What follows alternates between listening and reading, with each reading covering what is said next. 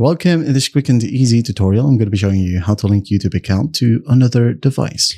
All right, if you find this video helpful, please leave a like and subscribe to the channel for more such tutorials. Now, to link your YouTube account to another device, you can either sign in with your password or use a quick TV activation code.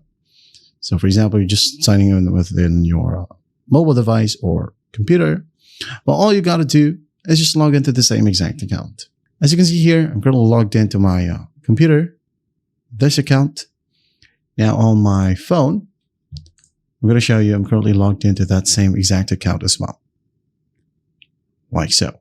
So all you got to do basically is just go ahead and download YouTube on the computer, phone, TV, log in.